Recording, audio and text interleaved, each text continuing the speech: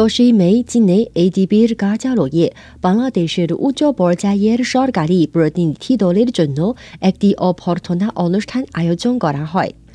অনুষ্ঠানে এডিবি, বিশ্বব্যাংক এবং এশীয় অবকাঠামো উন্নয়ন ব্যাংকের প্রতিনিধিরা চীনের ইয়াংজি ও হোয়াংহে নদীর সার্বিক ও স্থিতিস্থাপক উন্নয়ন প্রকল্প বাস্তবায়নের ক্ষেত্রে সরকারি সংস্থা ও সমস্ত উন্নয়ন অংশীদারদের সাথে সমন্বয় ও সহযোগিতার অভিজ্ঞতা শেয়ার করেন। এসব অভিজ্ঞতা থেকে বাংলাদেশের প্রতিনিধিরা নিজের দেশের পরিস্থিতি অনুযায়ী উপযুক্ত বিকল্প পরিকল্পনা তৈরির জন্য কিছু সহায়ক তথ্য পেতে পারেন। জলবায়ু পরিবর্তনে সবচেয়ে বেশি প্রভাবিত অন্যতম দেশ হিসেবে বাংলাদেশের জন্য বন্যা ও নদ নদীর ব্যবস্থাপনার চ্যালেঞ্জ মোকাবিলায় সংশ্লিষ্ট সহযোগিতা খুব প্রয়োজন। চীনও গত কয়েক দশকে এই ক্ষেত্রে বেশ কিছু অভিজ্ঞতা অর্জন করেছে। যেমন ইয়াংজি নদী অর্থনৈতিক অঞ্চল এবং হোয়াংহে নদীর পরিবেশগত করিডোর প্রকল্প বাস্তবায়ন করেছে চীন। ইয়াংজি নদী অর্থনৈতিক অঞ্চল চীনের জনসংখ্যার 40% এবং 40% মিঠা পানির সম্পদ রয়েছে।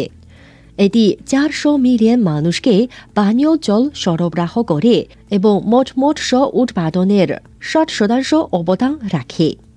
এই অঞ্চল চীনের অর্থনৈতিক উন্নয়নে প্রায় 45% অবদান রাখে। এই অর্থনৈতিক অঞ্চলটি চীনের ভবিষ্যৎ অর্থনৈতিক উন্নয়নের 3টি প্রধান চালিকা শক্তির অন্যতম। কিন্তু অর্থনৈতিক অঞ্চলের এখনও অনেক পরিবেশগত চ্যালেঞ্জ মোকাবিলা করতে হয়। এই জন্য চীন সরকার 2016 সাল থেকে 2030 সাল পর্যন্ত উন্নয়ন পরিকল্পনা প্রণয়ন করেছে, যা পরিবেশগত সুরক্ষা ও সবুজ উন্নয়নের জন্য পথ প্রদর্শক নীতিমালা নির্ধারণ করে। বাংলাদেশও চীনের মতো পরিবেশগত চ্যালেঞ্জের সম্মুখীন হচ্ছে। দুদেশের মধ্যে জলবায়ু পরিবর্তন মোকাবিলা জোরদার করা এবং সবুজ উন্নয়ন সহযোগিতা জোরদার করার ক্ষেত্রে অনেক অভিজ্ঞতা বিনিময় হতে পারে এবং সহযোগিতা জোরদার হতে পারে। বাংলাদেশের প্রতিনিধি দলের মধ্যে ছিলেন বাংলাদেশের প্রধানমন্ত্রীর মুখ্য সচিব তোফাজ্জল হোসেন মিয়া, নৌ পরিবহন অধিদপ্তরের সিনিয়র সচিব জনাব মোহাম্মদ মুস্তফা গামাল, পরিকল্পনা কমিটি ভৌত অবকাঠামো বিভাগের সচিব ড মোহাম্মদ এমদাদ উল্লাহ মিয়া, পানি সম্পদ বিভাগের সচিব জনাব নাজমুল আহসান, অর্থ মন্ত্রণালয়ের অর্থনৈতিক সম্পর্ক বিভাগের সচিব জনাব মোহাম্মদ শাহরিয়ার কাদের সিদ্দিকী, বাংলাদেশ পানি উন্নয়ন বোর্ডের মহাপরিচালক জনাব মোহাম্মদ আমিরুল হক ভুইয়া এবং প্রধানমন্ত্রীর কার্যালয়ের নদী প্রকল্পের ভারপ্রাপ্ত সচিব AKM মনিরুজ্জামান। অনুষ্ঠানে এডিবির চীনে স্থায়ী মিশনের পরিচালক সাফদার পারভেজ, চীনে বাংলাদেশের নতুন রাষ্ট্রদূত মোহাম্মদ জসিম উদ্দিন এবং ব্যাংকের বাংলাদেশের স্থায়ী মিশনের পরিচালক এডমন্ড কিন্ডিং অংশগ্রহণ করেন। অনুষ্ঠানে এশীয় উন্নয়ন ব্যাংকের প্রাকৃতিক সম্পদ ও জলবায়ু বিভাগের পরিচালক পানি সম্পদ বিশেষজ্ঞ এও সং ইয়ে, বিশ্বব্যাংকের প্রধান পানি সম্পদ বিশেষজ্ঞ লি xiaokai এবং এশিয়া অবকাঠামো উন্নয়ন ব্যাংকের অবকাঠামো বিনিয়োগ বিভাগের বিনিয়োগ অপারেশন বিশেষজ্ঞ রোনাল্ড মুয়ানা তাদের অভিজ্ঞতা ও পরামর্শ শেয়ার করেন।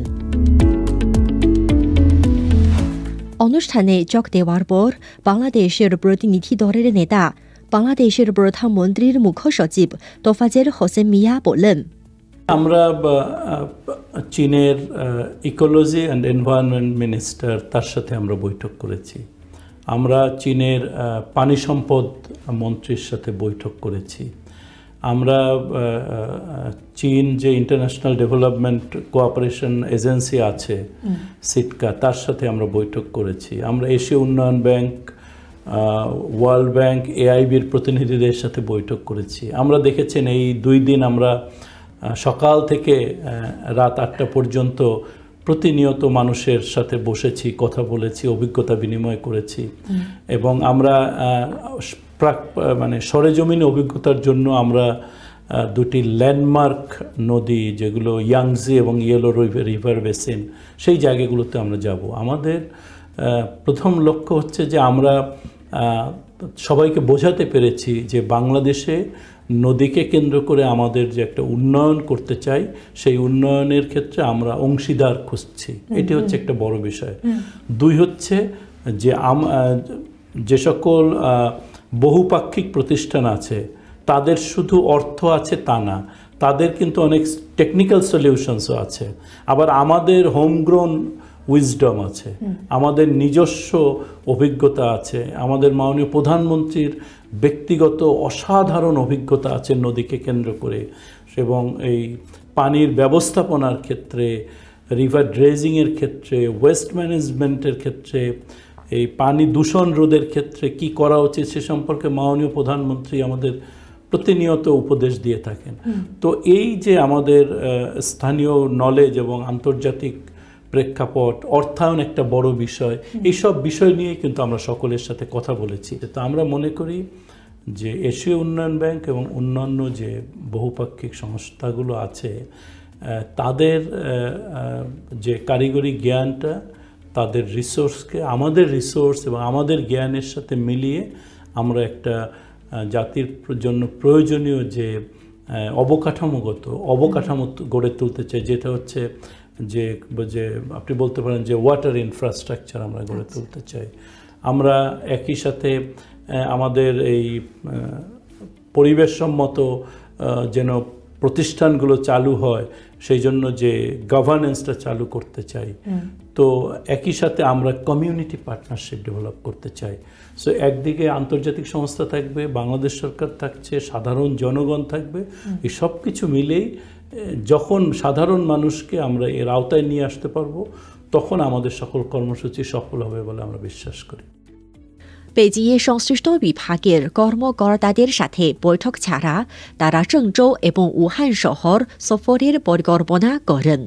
চীনের ইয়াংজি ও হুয়াংহে নদী অঞ্চলের পরিবেশ রক্ষা, নদী ব্যবস্থাপনা এবং অর্থনৈতিক উন্নয়নের সাথে সামঞ্জস্যপূর্ণ উন্নয়ন কার্যক্রম দেখে তারা বাংলাদেশের জন্য উপকারী অভিজ্ঞতা ও তথ্য সংগ্রহ করতে সক্ষম হবেন বলে আশা করা হচ্ছে।